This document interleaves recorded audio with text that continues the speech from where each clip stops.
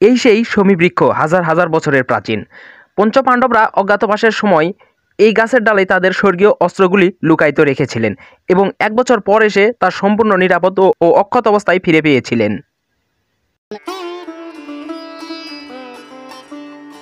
বাংলার মাটির নিচে চাপা পড়ে আছে হাজার বছরের না বলা কথা।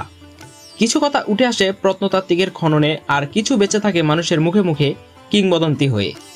আজ আমরা এসেছি এমন এক রহস্যময় সন্ধিক্ষণে যেখানে ইতিহাস আর কিংবদন্তি মিলেমিশে একাকার।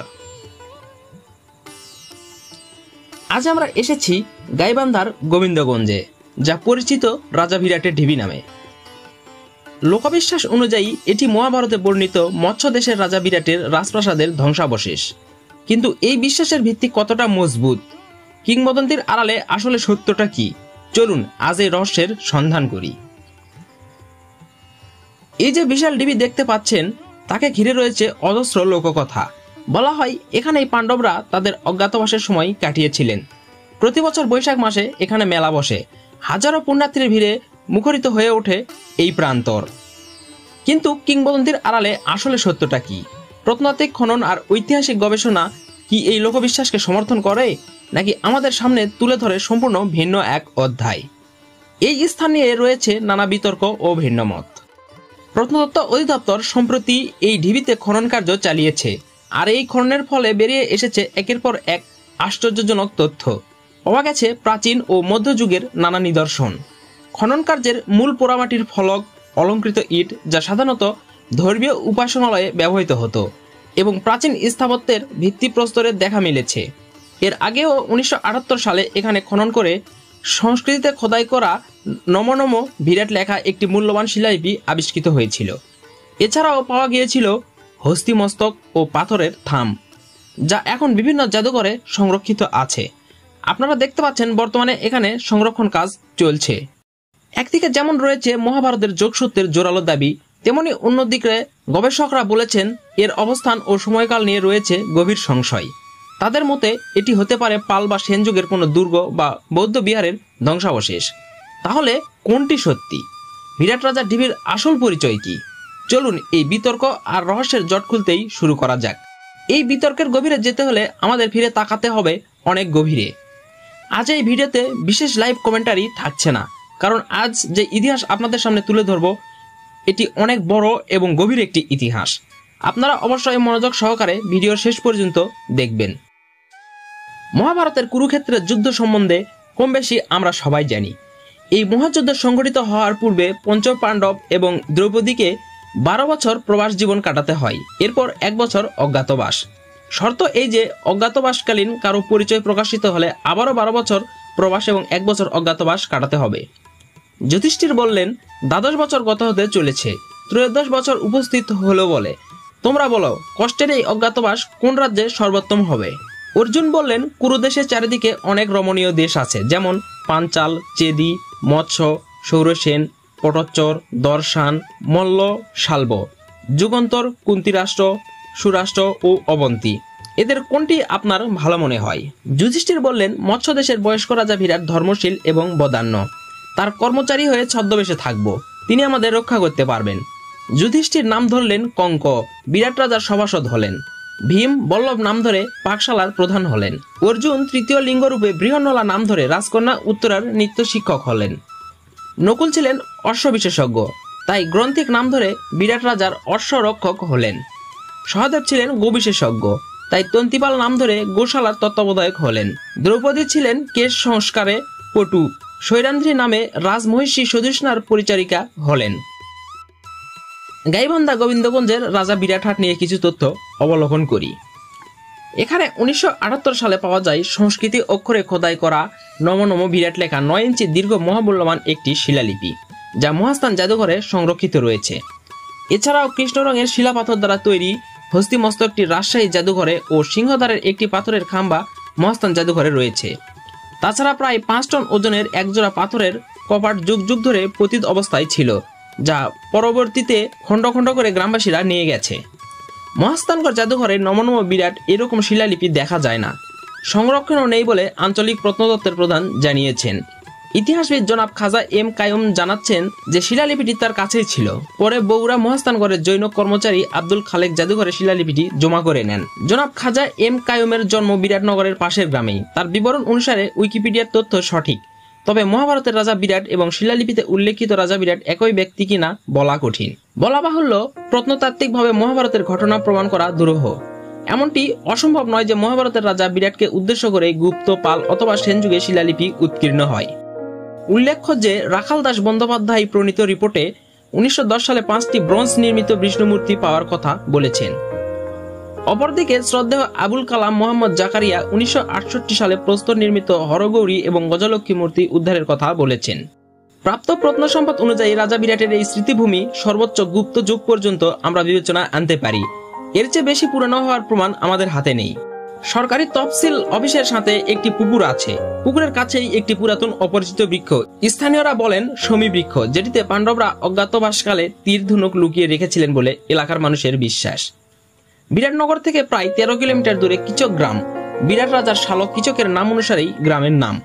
বিরাটনগর থেকে উত্তর পশ্চিমে 1.5 কিলোমিটার গেলেই প্রাচীন ইট চোখে পড়ে। এখানে ভীম কর্তৃক কিচক নিহত হন। বিরাটনগর থেকে 1.5 কিলোমিটার উত্তরে বিরাট রাজার নাট্যশালা ছিল।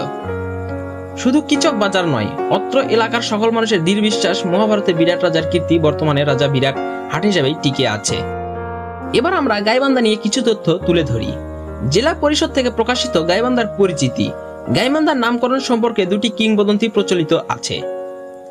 একটি কিংবদন্তিতে বলা হয়েছে 5000 বছর আগে মৎস্য দেশের রাজা বিরাটের রাজধানী ছিল গাইবান্ধার গোবিন্দগঞ্জ থানা এলাকায়। মহাভারতের কাহিনীতে বলা হয়েছে এই রাজা বিরাটের রাজসভায় পঞ্চ পাণ্ডবের দ্রৌপদী সহ ছদ্মবেশে তাদের 12 বছর নির্বাসনের পরবর্তী 1 বছর অজ্ঞাতবাস করেছে। বলা হয়ে থাকে এই বিরাট রাজার গোধনের কোনো তুলনা ছিল না। তার গাভীর সংখ্যা ছিল 60,000। মাঝে মাঝে ডাকাতরা এসে বিরাট রাজার গাভী লুণ্ঠন করে নিয়ে যেত। সেই জন্য বিরাট রাজা একটি বিশাল পতিত প্রান্তরে গোশালা স্থাপন করেন। গোশালাটি সুরক্ষিত এবং খাদ্য ও পানির সংস্থান নিশ্চিত করতে নদী তীরবর্তী ঘেঁষে জমিতে স্থাপন করা হয়। সেই নির্দিষ্ট স্থানে গাভীগুলোকে বেঁধে রাখা হতো। প্রচলিত কিংবদন্তি অনুসারে এই গাভী বেঁধে রাখার স্থান থেকে এতদ অঞ্চলের কথা ভাষ্য অনুসারে এলাকার নাম হয়েছে গাইবান্ধা এবং কালক্রমে তা গাইবান্ধা নামে পরিচিতি লাভ করে। আপনার বাড়িতে এখানে? আপনার নাম? আমার তৌহিদ। এটা কি আগে মানে মাটি দিয়ে ঢাকা ছিল? মাটি দিয়ে ঢাকা ছিল। কতদিন থেকে খনন কাজ শুরু হয়েছে? তাই মাস 3-4। মাস 3-4।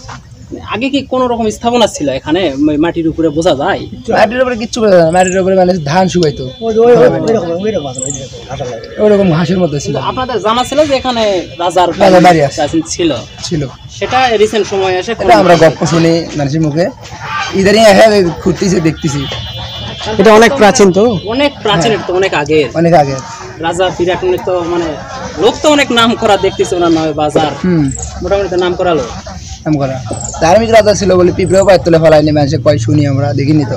হ্যাঁ, এর তো অনেক আগের কথাই, প্রচলিত কথাই শোনা যায়। আরে এই রাজার লিস্ট তো ওই মহাভারত থেকে পর্যন্ত আছে। এটা আচ্ছা, ওই মন্দিরটা কোথায় আসলে? ওই পাশে। এই কত দূর এখান থেকে? অল্প অল্প, বেশি না। যাবে নাকি? কি মন্দির করে কবে মন্দিরের নাম? আচ্ছা, ওখানে অনুষ্ঠান হয় না 1 মাস ব্যাপী? বৈশাখ, পুরো বৈশাখ মাস, প্রত্যেক বৈশাখ মাস, পুরো মাস। ওখান থেকে একটু ঘুরে আসি। প্রত্যেক রবিবার করে 1 মাস মেলা থাকে। ও আচ্ছা। এই যে স্থানটি দেখতে পাচ্ছেন, এটি আগে ঢিবি থেকে কয়েক মিটার দূরে অবস্থিত। এটিও ঢিবি এবং এটি এখনো খনন চালানো হয়নি। গাইবান্ধার নামকরণ সম্পর্কে ভিন্ন মত রয়েছে, কারণ গাইবান্ধা জেলার সাথে রাজা বিরাটের সম্পর্ক ঐতিহাসিকভাবে আজও প্রমাণিত হয়নি। বাংলাদেশের উত্তরাঞ্চলের বিভিন্ন স্থান যেমন হাতিবান্ধা, বাগবান্ধা, চেংরাবান্ধা, মহিষাবান্ধা ইত্যাদি নামের জায়গা থাকায় মনে হয় গাইবান্ধা নামটি খুব বেশি পুরানো নয়। রাজা বিরাটের সাথে সম্পর্ক থাক বা না থাক, গাইবান্ধা নামটি যে গাভীর প্রাচুর্য এবং গাভী বেঁধে রাখার ব্যাপার থেকে এসেছে সে কথা ধারণা করা যায়। তবে মহাভারতের সেই রাজা বিরাট যে গাইবান্ধা রাজা বিরাট, তার পক্ষে উল্লেখ্য যুক্তি রয়েছে। এই প্রসঙ্গে মনুসংহিতার সংস্কৃতি শোকে বলা হয়েছে, কুরুক্ষেত্রাংশ মৎস্যাংশ পঞ্চালন সরুসেন যান দীর্ঘল্য ঘংসোচ নরান গ্রানিকেশু যুজয়েত। এই শ্লোকটিতে বলা হয়েছে যে মৎস্যাদি দেশের লোকেরাই রণক্ষেত্রে অগ্রগামী হয়ে যুদ্ধ করত। মহাভারতের বিরাট পর্বে যে মৎস্য দেশের কথা বলা হয়েছে এবং বিশ্বকোষের 18 ভাগের 690 পৃষ্ঠায় উল্লেখিত মনুর বচন অনুসারে রাজা বিরাটকে মৎস্য দেশ অর্থাৎ মাছ প্রধান এবং নদীমাতৃক দেশ হিসেবে উল্লেখ করা হয়েছে। সেদিক থেকে এই মহাদেশের নদীমাতৃক এবং মাছ প্রধান এলাকা বলতে বাংলাদেশের এই অঞ্চলকেই বোঝায়। নরেন্দ্র বসু প্রণীত বিশ্বকোষের অষ্টাদশ খণ্ডে রাজা বিরাট সম্পর্কে উল্লেখ আছে যে বরেন্দ্র খণ্ডের মধ্যবর্তী উক্ত বিরাট নামক প্রাচীন জনপদ গাইবান্ধার অন্তর্গত গোবিন্দগঞ্জ থানায় করতোয়া নদীর পশ্চিম তীরে 6 মাইল দূরে অবস্থিত। উক্ত বিরাট ঘোড়াঘাটের আলীগাঁও পরগনার অন্তর্গত। খ্রিস্টীয় 10ম শতাব্দীতে ঢাকা নগরীতে বাংলার রাজধানী স্থাপিত হলে ঘোড়াঘাটের প্রশাসনিক গুরুত্ব কমতে থাকে। এই সমৃদ্ধ জনপদ ক্রমে নিবিড় অরণ্যে পরিণত হয়। এই সময় বিরাট নামক স্থানে প্রভাবশালী রাজার প্রাসাদ ছিল। এখানে যে সকল ইটের সৌস্তূপ দেখা যায় সেটি দেখে মনে হয় রাজধানীটি চতুর্দিকে একেবারে ক্ষুদ্র পরীক্ষা বেষ্টিত হওয়ার পর আরেকটি বৃহৎ পরীক্ষা বেষ্টিত ছিল এবং নগরীর মধ্যে ছিল অনেকগুলো ছোট বড় জলাশয়। রাজা বিরাট প্রসঙ্গে মোশাররফ হোসেন প্রণীত দিনাজপুরের ইতিহাস গ্রন্থের 10 পৃষ্ঠায় ঐতিহাসিক বুকাননের উদ্ধৃতি দিয়ে উল্লেখ করা হয়েছে যে 1807 সালে করতোয়া নদী রাজা ভগদত্ত এবং বিরাট রাজার রাজ্যের অভিন্ন সীমানায় ছিল। মহাভারতের বর্ণনা অনুযায়ী রাজা ভগদত্ত কামরূপের রাজা ছিলেন। সেই সময় বিরাট রাজার দেশ মৎস্য দেশ নামে পরিচিত ছিল। নদীসমূহ মৎস্যবহুল হওয়ার জন্য এই নামকরণ করা হয়েছিল বলে ধারণা করা যায়। কুরুক্ষেত্রের যুদ্ধে বিরাট রাজা পাণ্ডবদের পক্ষে অবলম্বন করেন এবং পুত্র সহ নিহত হন। হিন্দু পঞ্জিকা মতে খ্রিস্টপূর্ব 3200 অব্দে এই যুদ্ধ সংঘটিত হয়। মহাভারতের বর্ণনা অনুসারে জানা যায় এই যুদ্ধের পূর্বে মৎস্য দেশের সাথে পাণ্ডবদের যোগাযোগ ছিল। উল্লেখিত তথ্য গাইবান্ধা রাজা বিরাটের প্রাচীন তত্ত্ব এবং মহাভারতে বর্ণিত কুরুক্ষেত্রের যুদ্ধ এবং পঞ্চম পাণ্ডবদের এখানে অবস্থানের পক্ষে যুক্তি প্রদর্শন করে। এছাড়া 1268 সালে প্রকাশিত কালীকমলা শর্মা রচিত সেতুসহ বগুড়ার বৃত্তান্ত নামক গ্রন্থের 4th অধ্যায়ে মহাভারতের সেই মৎস্যদেশ সম্পর্কে উল্লেখ আছে। মৎস্যদেশের নামের পরিবর্তন লইয়া এই ক্ষণে এই স্থানে জেলা সংস্থাপিত হয়েছে। উত্তর সীমা রংপুর জেলা, দক্ষিণ পূর্ব সীমান্ত দিনাজপুর জেলা। বগুড়া হইতে 18 ক্রোশ অন্তর ঘোড়াঘাট থানার দক্ষিণে 30 কোশ দূরে 5 থেকে 6 ক্রোশ বিস্তীর্ণ অতি প্রাচীন অরণ্যানীর মধ্যে বিরাট রাজার রাজধানী ছিল। তৎপর পুত্র ও পৌত্রগণ ওই স্থানে রাজ্য করিলে পর 1153 অব্দে মহাপ্লাবন হয়ে তাহাতে বিরাটের বংশ ও কীর্তি একেবারে ধ্বংস হইয়া যাওয়ার পর ক্রমে ক্রমে ওই স্থান মহারণ্য হয়ে উঠিল। যখন এই দেশের অদ্য প্রান্ততাব্য লোকের ওই স্থানকে বিরাট রাজধানী বলিয়া আসিতেছে, আর কীচক ও ভীমের কীর্তি যখন ওই স্থানে অনতি দূরে আছে, আর মৎস্য দেশ যখন বিরাট রাজার রাজ্য ছিল, ভারতবর্ষ ছাড়া অন্য কোনো স্থানকে মৎস্য দেশ বলে না, তখন ওই স্থানে বিরাট রাজার রাজধানী ছিল তার অনার্থ প্রমাণ করে না। অতএব একথা বলা যায় বিরাট এলাকাটি অত্যন্ত প্রাচীন। এই প্রাচীন এলাকাটি কালীকমল শর্মার মতে 1153 অব্দের মহাপ্লাবনে প্লাবিত হয়ে নদীগর্ভে তলিয়ে যায় এবং প্রাকৃতিক কারণে আবার তা নদীর তলদেশ থেকে উত্থিত হয়। তবে রাজা বিরাটের গোচরণের ভূমির সাথে গাইবান্ধা নামকরণের সম্পর্ক যদি নাই থাকবে, তবে রাজা বিরাটের এই কিংবদন্তি লোকমুখে এত ব্যাপকভাবে প্রচারিত হইল বা কেন? যুক্তিহীন বা ভিত্তিহীন কোনো বিষয়ে এত ব্যাপক প্রচার কোনো ক্রমেই সম্ভব নয় বলে ধারণা করা যায়। সুতরাং আমরা বলতে পারি গরু বা গাই বাঁধা থেকে এলাকার নামকরণ হয়েছে গাইবান্ধা। তবে এই গাইবান্ধার ব্যাপারটি রাজা বিরাটের না হয়ে জমিদার ভগদত্তের গোয়ালঘরের বা গোশালা নাম অনুসারে এলাকার নাম গাইবান্ধা হয়েছে বলেও মনে করা হয়। এছাড়াও সিরাজগঞ্জ ও নীলফামারীতেও রাজা বিরাটের রাজ্য ছিল বলে দাবি করা হয় এবং উল্লেখ্য এসব স্থানেও নানান রকম স্থাপনার দাবি করা হয় এবং ভারতের কয়েক জায়গায় বিরাট রাজার রাজ্য ছিল বলে দাবি করা হয়। রাজা বিরাটহাট গোবিন্দগঞ্জ গাইবান্ধা সত্যি একটি প্রাচীন নগরী। সিরাজগঞ্জের নিমগাছি বিরাটনগর বা শহর অথবা নীলসাগর বা বিন্নিদিঘি অদ্য মহাভারতের মৎস্য রাজা বিরাটের সাথে সম্পর্কিত কিনা আমাদের জানা নাই, প্রত্নতাত্ত্বিক প্রমাণও নেই। তবে অত্র আলোচিত উত্তরবঙ্গ জলরাশিতে পরিপূর্ণ ছিল। অপরদিকে মহাভারতে বর্ণিত স্থানগুলোর মধ্যে মৎস্যদেশের বিবরণ ও এই অঞ্চলের সাথেই মেলে। এই কাহিনীটি বিভিন্ন লিখিত দলিলের সংকলন মাত্র, যা আমরা লোকমুখে ইন্টারনেট, ফেসবুক ও বিভিন্ন মাধ্যম হতে সংগ্রহ করেছি। এগুলো আমাদের নিজস্ব মতামত নয়। তবে আমরা এই কাহিনী একদম 100% সত্য বলেও দাবি করছি না।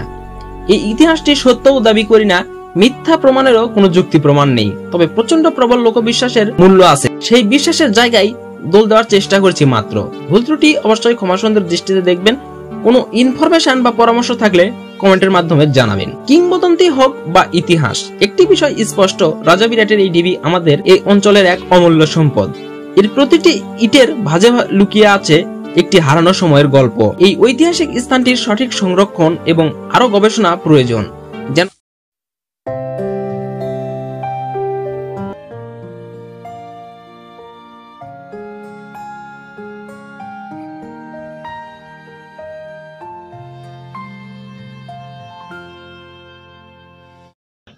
অনেক প্রাচীন একটি মন্দির।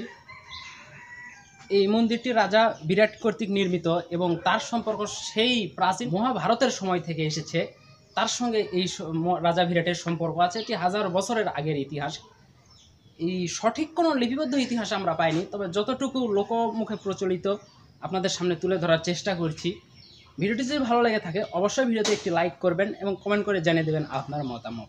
এইরকম ভিডিও আমরা আপনাদের সামনে নিয়ে আসি, তাই এইরকম ভিডিও আরও পেতে অবশ্যই আমাদের চ্যানেলটি সাবস্ক্রাইব করবেন। আরও নানান রকম ঐতিহাসিক স্থান, প্রাচীন স্থান, ইতিহাস আপনাদের সামনে তুলে ধরব। এটাই আমাদের আকাঙ্ক্ষা, এটাই আমাদের লক্ষ্য। ধন্যবাদ আপনাদের সকলকেই। পরবর্তী ভিডিও দেখার আমন্ত্রণ জানিয়ে আজকে এখানেই বিদায় নিচ্ছি। সকলে সুস্থ থাকবেন, সুন্দর থাকবেন। ধন্যবাদ।